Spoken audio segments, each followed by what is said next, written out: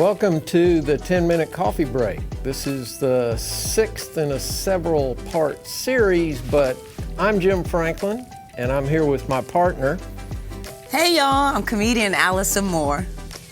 Allison and I are going to talk about the big company mentality today over some coffee. So today we're going to talk about big company mentality. And I was in the biggest company in the world. If you consider the military in the U.S. the biggest company in the world, I think it is. And no matter which branch you're in, one of the things about the military that is comforting, but also scary, is that it's very easy to get lost. So big companies tend to lose people. I think people of color get lost easier. So one of the things that I say a lot about the military is that we tried very hard not to let people get lost. We tried very, very hard to make sure everybody was on the team and everybody was there. Now, don't get me wrong, I know that didn't work, and there were a lot of cases where it wasn't, but I think in a company where your objectives are known by everybody, you can try to bring people into the fold. So, Can I jump in though? Yeah. Because that was like, I'm like, what does that look like, right? You know, and again, we understand. You mean, how did we do it? Yeah, like how do you have this energy that says, I don't want anybody to get lost? I mean, to me, there's first that sense of, I feel empowered enough that I can say, hey, come on over here. You're not, over here with us. But like, what makes you feel like how do you finish my sentences? Because I feel like you can read my mind. Well, I can read your mind. Okay. And I think what you're voicing is everybody's reluctance, a natural reluctance to reach out to people that have already been shunned or reach out to people who are distant for whatever reason. Right, because some people might feel like you want to be in the corner by yourself and not talk to anybody, right? Yeah. And some people do, kind of? So the big company mentality allows that to happen easier than a small company. So I think what we did in the military very effectively was we had small team concepts. And yeah, you were a part of the U.S. Air Force or the Marine Corps or the Army or whatever, but you broke that down into smaller and smaller units, and before you knew it, the people you worked with every day were a unit in and of themselves, and I think that enables some of that reach out, inclusive of everybody kind of mentality. I think so the first thing is you build a small team mentality where you bring everybody together. Second thing is have a common purpose. Now that's kind of easy in the military, but in a big company I think it can get hard. So I know you have some stories about some big companies you worked with, and I'm not going to put you on the spot now. You tell me that story. But there are some things I think that you have experience at the big company level that I don't. My big company experience is a little bit up there too high. Yeah. And so I'm an observer of what goes on and a leader to try to enable people to get back together. So tell me, from your experience, where that big company mentality made people get lost. First of all, Jim, you got my ADHD like pew, because I got 3 stories I want to tell, and we got 10 minutes. Say it ain't so.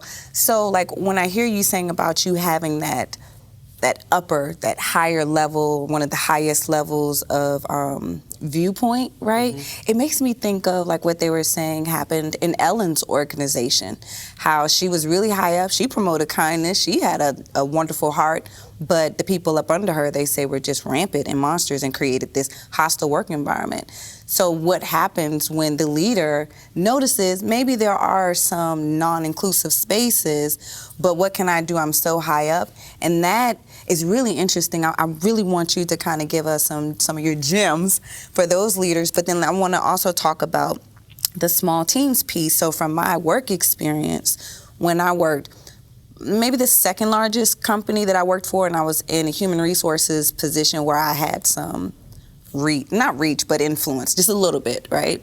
I found myself being the person, because I was a minority in human resources, and it was just so much of me advocating for these one or two small teams that ended up being still minority teams. So, you know, it was the big company concept, and then you see the little teams that stick together and form, but then those little teams still reflected the few that, you know, it wasn't like it was a small team of 25 diverse people. It was a small team of 25, you know, the people of color just kind of went into this small little group. So yeah, there's teams, and then they got a team, and they got a team, but then it just still happens on a team level. Does that make sense? Yeah, it does.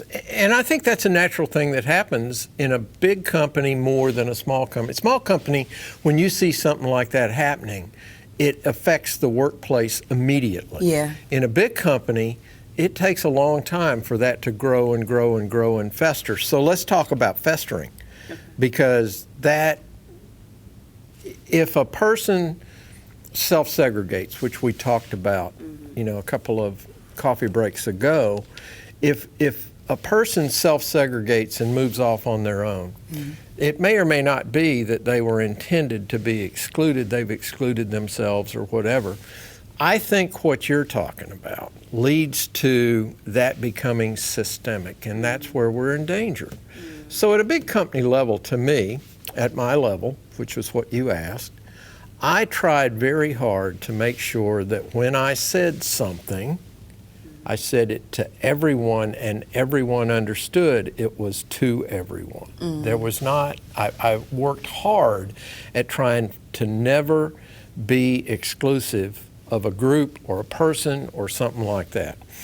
And I chose people that worked with me that had that same mentality, that I'm not going to let somebody sit in the corner. I can't. I've got to bring them on board. Now, how do I bring them on board? Well, if it's not me at my level that can do it, I better have some people working with me that can. So my thought always was, if there is race in the workplace, I am a perfect person to observe it first because of the way I grew up. So when I see it, I can't be quiet. And then the second thing is, if I see it working out on teams where we're starting to either self-segregate or we're starting to exclude people, I have to say it. So be active. Yeah. That's kind of my And we've been philosophy. talking about that because we talked about allyship, and it sounds like, you know, this is an opportunity to put that in action. Yeah. I really want to talk about the empowerment of maybe the informal leaders, or what is their responsibility, you know, and I'm talking about the Barbaras and the Janes and the Charlies. I hope ain't none of y'all Barbara Jane and Charlie, I'm sorry. But, you know, those people who've been with the organization for a long time, right? Maybe not be an executive leader, but their opinion matters. They, Right. you know, supervisor comes to them and et cetera. How do we encourage them or enlighten them that you have just as much opportunity to create this and to help create this healthy, inclusive workforce? Well, here's the starting place. I think that, you know, we talk about teamwork a lot, but what it means is team with somebody, and then team with somebody else. So teams turn into networks, and networks become, networks can be instruments of good or instruments of evil. In a company, they're always going to be instruments for good because everybody's trying to get the job done. Right. So we only have a couple of minutes left, and here's what I want to focus on. Okay.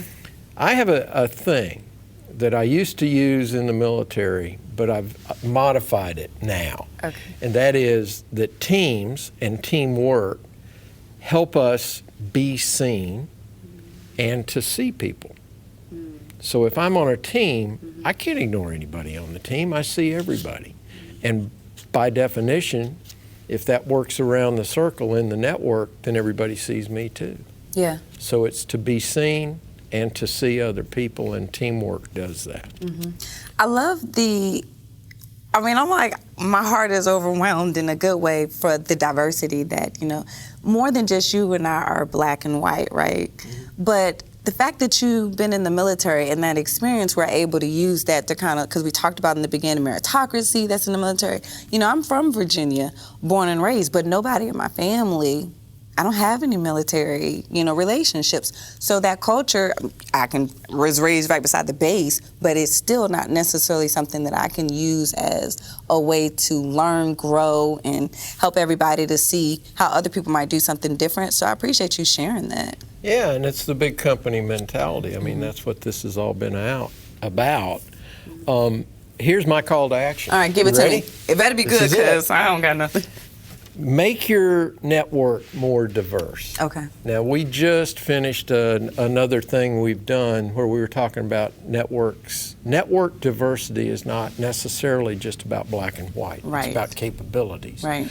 Make sure your network is widening out to get everybody's capabilities so that everybody in that network is smarter. And it becomes a team. And teams that form networks, particularly in big companies, are the most efficient things that a company can ask for. Yeah. I love it. All right. You all right good? with me? No, you're good. Okay, all right. Well, you going to say toodles? I am, too. Toodles! Ah, that's our 10 minutes. I'm excited.